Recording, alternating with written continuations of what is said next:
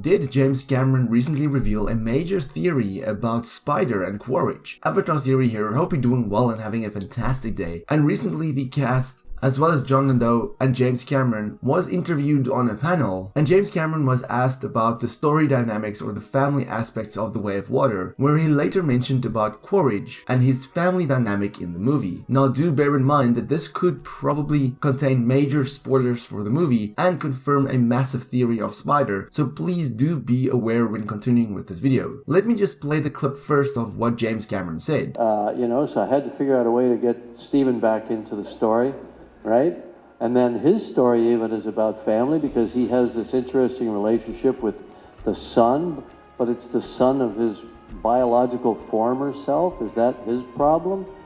Clearly that becomes a relationship. Correct me if I'm wrong, but it kind of confirms that James Cameron just stated that Spider is the biological son of Quaritch, or at least the human Quaritch, and now the recon Quaritch is essentially conflicted with that emotional battle. The fact that James Cameron said his son, his former biological self, and that Quaritch or recon Quaritch is fighting that complicated relationship with Spider does make for an interesting story, I guess, and well, does confirm my theory that I've had for quite some time, that Spider is the biological son of Quaritch. Now, I don't really know why James Cameron would reveal this in an interview, because I do see this as quite a major spoiler in the movie, and something that would probably only be revealed towards the third act of the film. But James Cameron does state that Recon Quaritch does wonder if that is his problem, and that it essentially becomes a relationship between him and Spider. And I do wonder if that dynamic is gonna eventually play out in a sense of where Recon Quaritch is over time going to realize that he doesn't really want to be the person the RDA wants him to become. He might realize in a sense that his human Quaritch was never there for Spider,